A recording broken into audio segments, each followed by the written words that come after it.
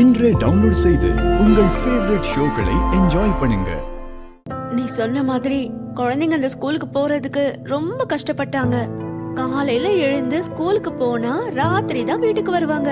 அது மட்டும் இல்லக்கா, சரி அவ்ளோ கஷ்டப்படுறாங்களே, அந்த ஸ்கூல்னா அவ்ளோ நல்ல ஸ்கூலாவா இருக்கு? அதுவும் இல்ல. அதான் அவ்ளோ கஷ்டப்பட்டு அப்படி நல்லா இல்லாத ஸ்கூலுக்கு எதுக்காக போகணும்? சரி தங்கச்சி, அது நல்ல ஸ்கூல் இல்ல, அகாடமிக்ஸ் எல்லாம் சரியில்லைன்னு உனக்கு எப்படி தெரியும்? நான் நைட்டே பசங்களை பத்தி எல்லா டீடைல்ஸையுமே தெரிஞ்சுக்கிட்டேன். அவ்ளோ தூரம் ஸ்கூலுக்கு போயிட்டு வராங்க, எதுக்காகன்னு கேட்டா நல்ல ஸ்கூல்னு சொன்னாங்க.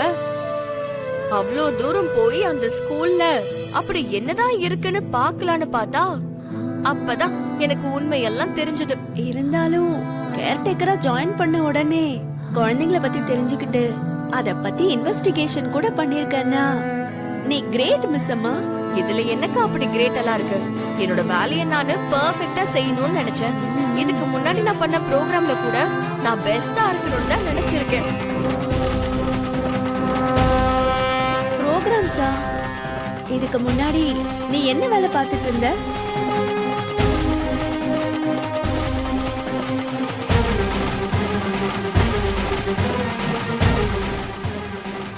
சொல்லு மிஸ் அம்மா, இதுக்கு முன்னாடி என்ன வேலை பார்த்துட்டு இருந்த? அத பத்தி சொல்லி சந்தோஷப்படுற அளவுக்கு நல்ல ஞாபகங்களை அந்த ஜாப் எனக்கு கொடுக்கலக்கா.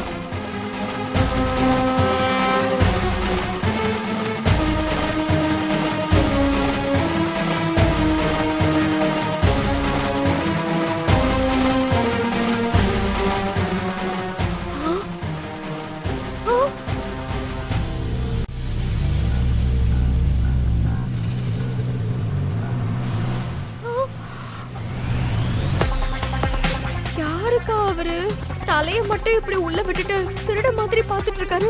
சித்ர விசித்ர குப்தா.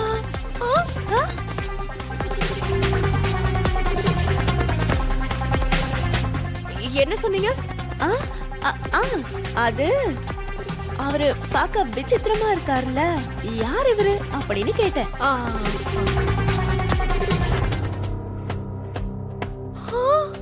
அக்கா அக்கா அக்கா, இங்க பாருங்க, இங்க பாருங்க அக்கா.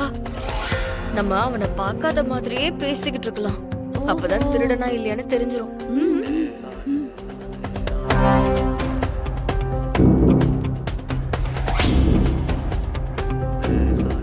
அவன் நம்மள பாத்துட்டானா?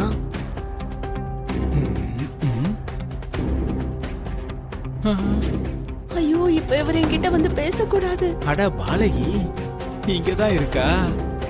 நாம போய் பேசுவோம்.